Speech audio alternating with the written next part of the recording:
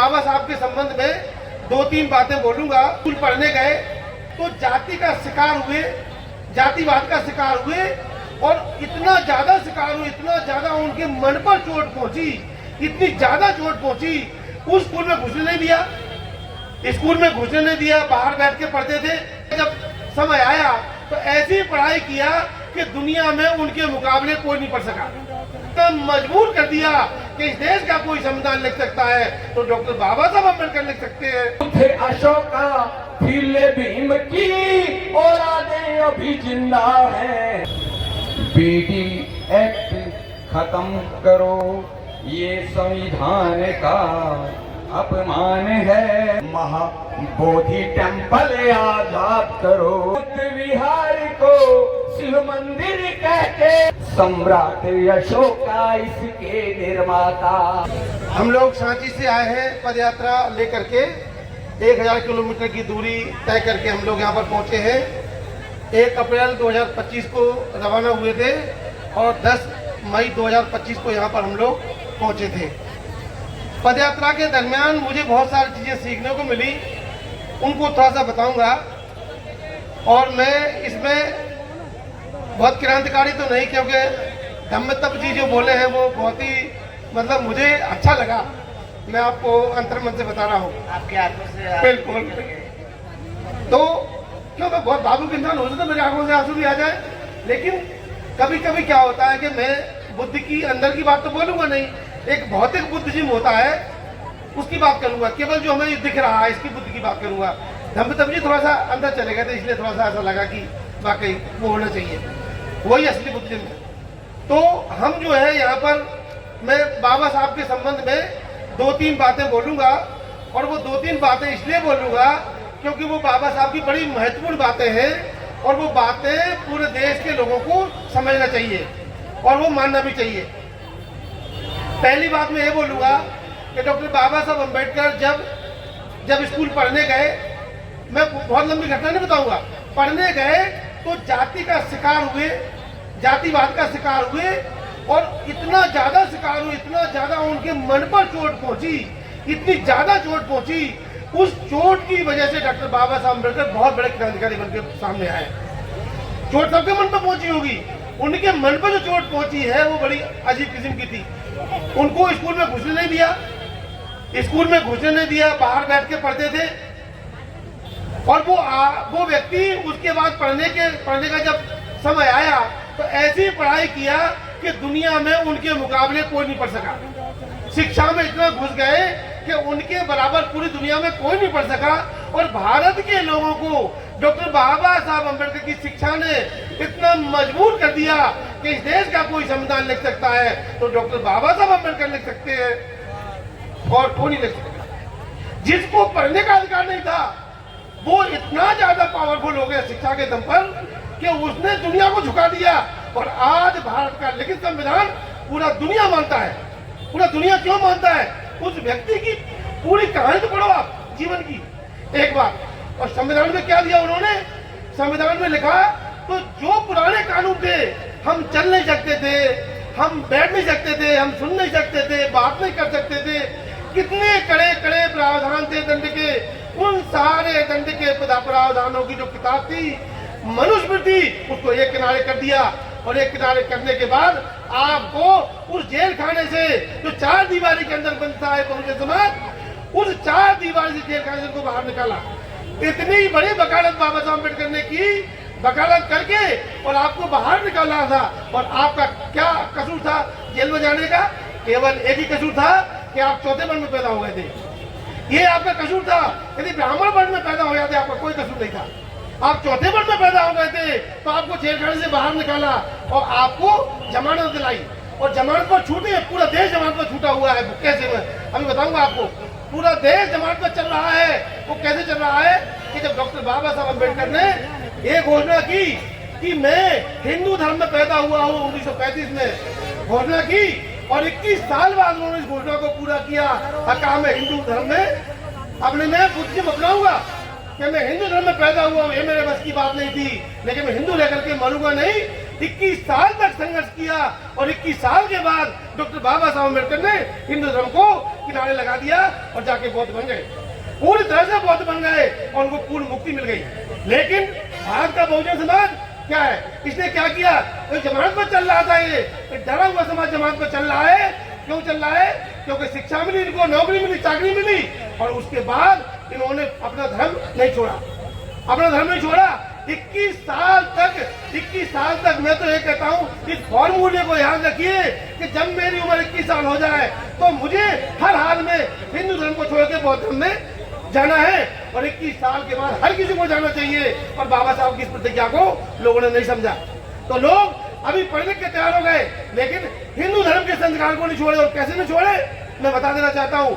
अगर इनके कागजों को देखोगे, पर सब लोग बुद्ध को मानते हैं, बुद्ध की पूजा करेंगे, वंदना करेंगे, बुद्ध के हिसाब से चलेंगे, शादी ब्याह करेंगे, जन्म से लेकर मरने तक के सब संस्कार बुद्ध के हिसाब से करेंगे। परंतु जब उनके कागज को देखते हैं तो पता चलता है कागज में हिंदू लिखा हुआ है, हिंदू लिखा हुआ है। अब इसका मैं आपको ऑपरेशन करके बताता हूँ। भारत की कुल आबादी 1 अरब 43 करोड़ आबादी है और 1 अरब 43 करोड़ आबादी में भारत में बुद्धिस्ट कितने हैं? मात्र 1 करोड़ 10 लाख, 1 करोड़ 10 लाख बुद्धिस्ट थे और बाकी लोग कहाँ चले गए? होना चाहिए था 50 करोड़, क्योंकि बाबा साहब बुद्ध को मानने वाले 50 करोड़ है इस देश में। बाबा साहब और बुद्ध को मानने वाले, अभी हमारे कुछ वक्ताओं ने कहा है, बाबा साहब को मानने वाले 50 करोड़ हैं, लेकिन वो बाकी लोग कहाँ चले गए? वो कहीं नहीं गए। वो लोगों ने क्या किया, अपने रिकॉर्ड में हिंदू लिखवाया है। हिंदू लिखवाया इसका मतलब है वो अपने आप को अभी भी शूद्र मान रहे हैं और नीच मान रहे हैं, अछूत मान रहे हैं। मैं उनसे ये कहता हूँ कि मैं अभी भी कह रहा हूँ कि अभी जनगणना होने वाली है। क्या करना है आपको मालूम है? एक काम करना है कि धर्म में तो बहुत लिखवाना है, जाति में अपनी जाति में लिखवा दीजिए, वरना बुद्धिज्म में भी जातियां पैदा हो जाएंगी और धर्म खराब हो जाएगा। जाति में लिखवाना, मानो हम मानव जाति के हैं, हमको पहचाना जा सकता है मानव के हिसाब से, लेकिन कुर्मी, काची, अजगरिया, नाई, धोबी, माझी, मल्ला, नटवर, तेरी, तमोरी, भंगी, बजौर, आदिवासी, उनको कैसे पहचानेंगे आप? नहीं पहचान पाएंगे। इसीलिए दूसरा मेरा ये है। और तीसरा मेरा फॉर्मूला बता रहा हूँ आपके लिए कि बाबा साहब अम्बेडकर ने कहा था कि जब आप पढ़ लिख जाओ, नौकरी करने लगो, अपनी आमदनी का 5% दे देना। साथियों, सारे उपासिकाओं को मैं खबर करना चाहता हूँ कि 5% का गुणा गलत करिए आप अपना, कि आपने अपनी 40 साल की नौकरी में, 20 साल की नौकरी में कितना पैसा दिया समाज को। आप देखेंगे कि मास्टर बाबू का बनता है 9 लाख 10 लाख और अधिकारी का बनता है 40 लाख 50 लाख बनता है। आप गुणागत कर लीजिए 5% का, 40-50 लाख अधिकारी का बनता है, जो 40 साल की नौकरी में देगा। उसने 40 साल की नौकरी में कभी इतना पैसा नहीं दिया और ना कर्मचारी में कम 9-10 लाख रुपए दिया है। ये पैसा गया कहाँ? ये पैसा कहाँ गया? मैं पूछता हूँ भारत में पढ़े लिखे लोगों से, अधिकारी कर्मचारियों से, जो बुद्धिस्ट कहते हैं, अपने आप को बहुत बड़ी बड़ी बातें करते हैं, मैं उनसे पूछ रहा हूँ, आप बता दीजिए कि आपने कितना पैसा समाज को दिया है। अगर समाज को दिया होता तो मालूम है क्या होता है? इससे हमारे हर गांव में हमारा विद्यालय होता, शिक्षा के मालिक होते और हर जिले में हमारा डिग्री कॉलेज होता और हर प्रदेश में हमारी यूनिवर्सिटी होती। और आज ये बहुजन समाज दर दर की ठोकरें नहीं खा रहा होता। आज पूरे देश में, मालूम है आपको, ये बात किसने नहीं बताई, पूरे देश में शिक्षा खत्म की जा रही है। क्यों खत्म की जा रही है? इन शूद्रों को फिर से गुलाम बनाना है, इनको फिर से वहीं पर ले जाना है। और आप लंबी लंबी बातें कर रहे हैं। अरे आप देखो तो क्या हो रहा है गांव में, कोई पढ़ाई लिखाई नहीं, सब चौपट एकदम, बिल्कुल सब खेल खराब हो गया, पूरा खेल खत्म हो गया। आपने क्या किया इतने साल में? अगर ऐसा हो गया होता, आज ये बहुजन समाज किसी की ओर नहीं देखता, अपनी शिक्षा का मालिक बनता, कोई दिक्कत कभी नहीं आती समाज को। आज हम देख रहे हैं इस चीज के लिए। मैं शिक्षा का काम करता हूँ, 250 विद्यालय हमने खोले थे और आज उन विद्यालयों में से बहुत सारे विद्यालय चल रहे हैं बहुजन समाज के और बहुत सारे विद्यालय बंद हो गए। बंद होने का कारण मालूम किया हमने, वो भी आपको बताने से लंबा समय बीत जाएगा, परंतु मैं आपको संदेश देने आया हूँ, हे बहुजन समाज के लोगों, आप लोग समय रहते खेत जाइए। ये तो हमारा अभी धम्म तो बनते ही नहीं, बहुत अच्छी बात कहती, मैं तो उनकी बात को कहना भी नहीं चाहता कि जो हमें बना रहे हैं ये तो हमारा आज का है, ये कल मिट जाएगा। लेकिन आज आपने भी बुद्धि को नहीं स्वीकार किया सही तरीके से, तो आप कभी भी बाबा साहब के सपने को पूरा नहीं कर सकते। एक और बात जो सामने आई कि बौद्ध में भारत बनाए, कैसे बौद्ध में भारत बनाएंगे बताइए मुझे, कैसे बनाएंगे आप बौद्ध में भारत? आपकी तो आबादी 1 करोड़ 10 लाख है, कैसे बौद्ध में भारत बनाएंगे आप इस देश को? बौद्ध भारत बनाने के लिए आपको आबादी 50 करोड़ ले जाना पड़ेगी। तो कहते साहब SC/ST का रिजर्वेशन खत्म हो जाएगा, ये हो जाएगा, वो हो जाएगा। अरे भाई खत्म हो जाने दो, 22% है, और जिस दिन आप बुद्धिस्ट बन जाओगे 50% रिजर्वेशन सरकार को देना पड़ेगा, झक मार के देना पड़ेगा, और प्रधानमंत्री को देना पड़ेगा, और जो भी सरकार है उनको देना पड़ेगा। घुटने टेक के यहाँ पर आ जाएंगे। 50 करोड़ का मतलब है 50 करोड़ हिंदू कम हो जाना, इनकी सारी हैवी निकल जाएगी। ये जो हैवी चल रही है प्रदेश में, सारी हैवी निकल जाएगी। आप लोग केवल इतना संदेश भेज दीजिए, अब की बार जनगणना में केवल हमको बौद्ध लिखना है और मानव लिखना है। मैं गारंटी से कह रहा हूँ 50 करोड़ आबादी होती ना घुटनों पर आ जाए तो बता देना मुझे। साथियों, ये बहुत बड़ा संदेश है। ये संदेश पूरे देश में फैलाना है, और सबको फैलाना है। जो सुन रहे हैं, मीडिया वाले जो सुन रहे हैं, वो सब लोग फैलाएं इस संदेश को। अगली जनगणना में हमको बौद्ध लिखवाना है और मानव लिखवाना है, इसके अलावा कुछ नहीं। हमारा सारा काम ठीक हो जाएगा, सब काम ठीक हो जाएगा हमारा। तो मैं अपनी बात को, मैं ये तो भाषण है, इसको भाषण बोलते हैं, ये मेरी देशना नहीं है। जब देशना उसमें बैठ के देता हूँ तब देशना होती है। ये मेरा भाषण है, इसको देशना में समझे आप। ये केवल भाषण है, और भाषण है। आप गर्म है ना, आपको गर्म करना है, इसलिए भाषण दे रहा हूँ, वरना मैं ठंडा कर देता लोगों को। मेरी सभा में, मेरे देशना में भी लोग रोते हैं, आंसू से आंख से आंसू पहुंचते हैं, ऐसा भी देना जानता हूँ, परंतु मैं नहीं चाहता हूँ। मैं चाहता हूँ कि ये जो एक्ट है समाप्त होना चाहिए। इसी की हमने पूरी वकालत की अपनी यात्रा के दरमियान, और बहुत अच्छे रिस्पॉन्स हमको मिले हैं, और देश उज्ज्वलित है। देश अभी समय गर्म है, और पूरे देश में माहौल बना हुआ है। तो सब लोग कहेंगे BT एक्ट निरस्त करो, दोनों हाथ आकर के BT एक्ट निरस्त करो, निरस्त करो, निरस्त करो, BT एक्ट निरस्त करो, निरस्त करो, निरस्त करो, BT एक्ट निरस्त करो, निरस्त करो, निरस्त करो। साधु साधु साधु। BT एक्ट खत्म करो, ये संविधान का अपमान है। इस तानाशाह सरकार ने किया मानवता का अपमान है, मानवता का अपमान। मंदिरों में बोध नहीं जब मस्जिद में हिंदू का नहीं कोई काम है। महाबोधि टेम्पल में फिर ब्राह्मण का क्या काम है। नरेंद्र मोदी और नीतीश के पुतले रोज जलाएंगे। एक्ट खत्म जब तक नहीं होगा, आंदोलन यूं ही चलाएंगे, आंदोलन यूं ही चलाएंगे। कि विश्व बौद्धों की मानवता ने,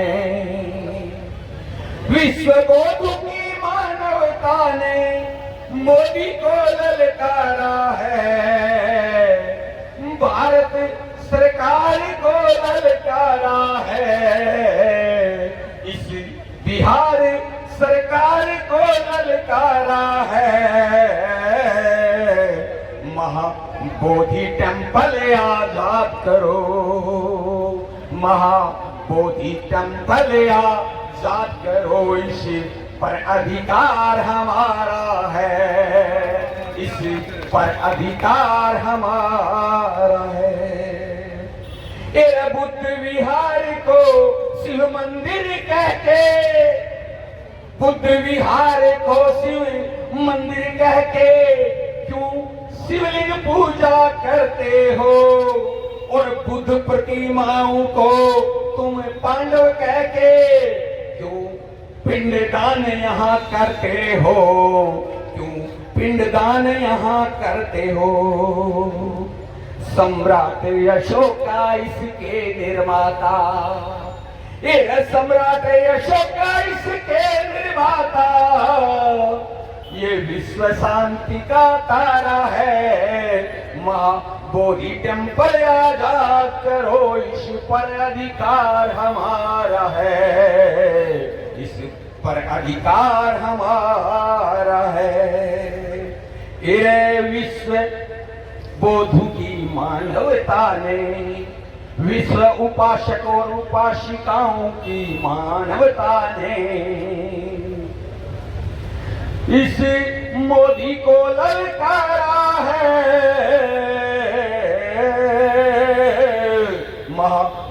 टेम्पल आजाद करो, इस पर अधिकार हमारा है, इस पर अधिकार हमारा है।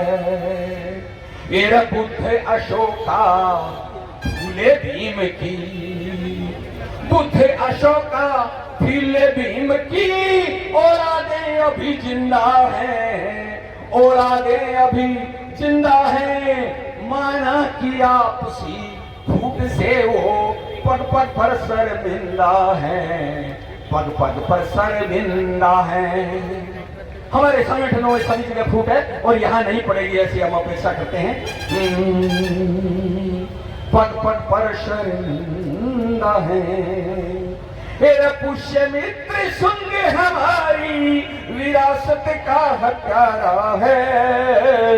माँ बोधि टेम्पल आजाद करो, इस पर अधिकार हमारा है, इस पर अधिकार हमारा है। अंतिम मंत्र, नीतीश जैसे स्वार्थी नेता, नीतीश जैसे स्वार्थी नेता सरचोटी तक डूब रहे, काहे में स्वार्थ में सरचोटी तक डूब रहे, और अपनी ही कौम के कातिल बन के, अपनी ही कौम का कातिल बन के हम लोगों को लूट रहे। कहीं वोटे हमारा लूट रहे। धर्मपाल बोध इन गद्दारों को, एरा धर्मपाल बोध इन गद्दारों को, क्यों राजकौम से प्यारा है। माँ बोधि टेम्पल आजाद करो, इस पर अधिकार हमारा है, इस पर अधिकार हमारा है। जय हिंद जय भारत।